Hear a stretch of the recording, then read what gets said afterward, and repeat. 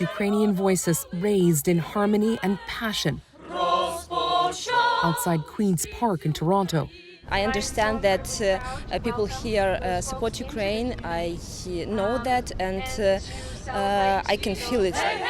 No shortage of support here, but at charities, it's a different story. Our priorities were emergency food, hygiene kits, and medicine kits. Oris Klarenko is the volunteer president of the Canada-Ukraine Foundation, which helps deliver humanitarian aid. As the attacks, although they continue on a daily basis, began to make their way out of the mainstream news and later on in the nightly newscast, and sometimes barely even mentioned at all, the donations began to dwindle. Online fundraising umbrella group Canada Help says donations started flooding in just before the war, but have since fallen off sharply. We were bringing in around $457 million every single day during that 40-day period.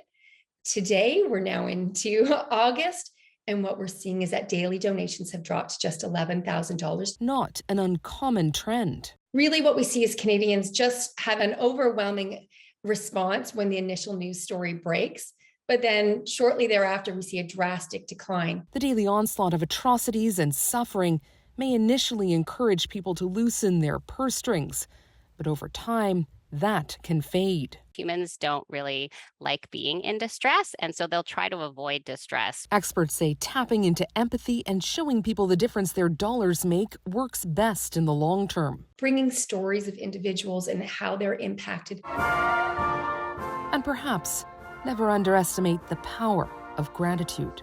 I want to say that Canada supports Ukrainians so much.